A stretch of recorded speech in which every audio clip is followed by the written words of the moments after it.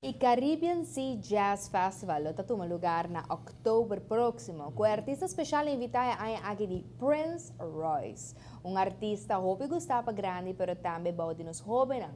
Pakuesa que artista mes avisa de que na algo back na nos hobby nang.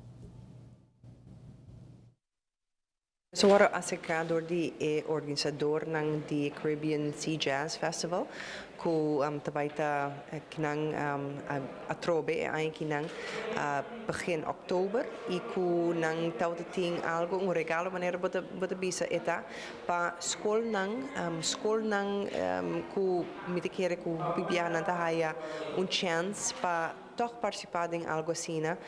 Bia passar nossa escuta com tal de outra artista que abai toca na escola durante ora quando está durante seu concerto e bia que nossa raia é grata notícia que o Prince Royce te deseja de fazer mesmo coisa e vai e fazer mini concert na escola.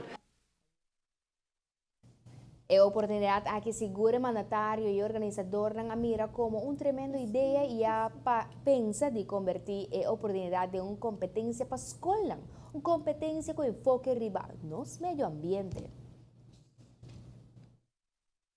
No caso que não é saco de plástico que ainda nós mira de zoairant, ainda não tem quizás oplossing efetivo pele e sei não pensa que what about se muito não mes ping com pensamento de que que nós podemos a repetir aqui de saco não de plástico e três ideia não dilante presentele e sunco mais efetivo e sunco quizás ideia de mais brilhante e quizás hasta lo por guardo aplicar tá é ganador. Então nós pensa que essa é super boa ideia.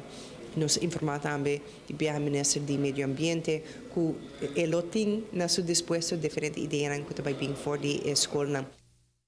O projeto lo tapa alumno ng 5 e 6 classe básico e é prometo escola de escola secundário. Tour School por participar e mês de entregar uma ideia para cada escola prometo dia 26 de setembro com enfoque riba minimalizar o impacto de saco de plástico riba nos isla.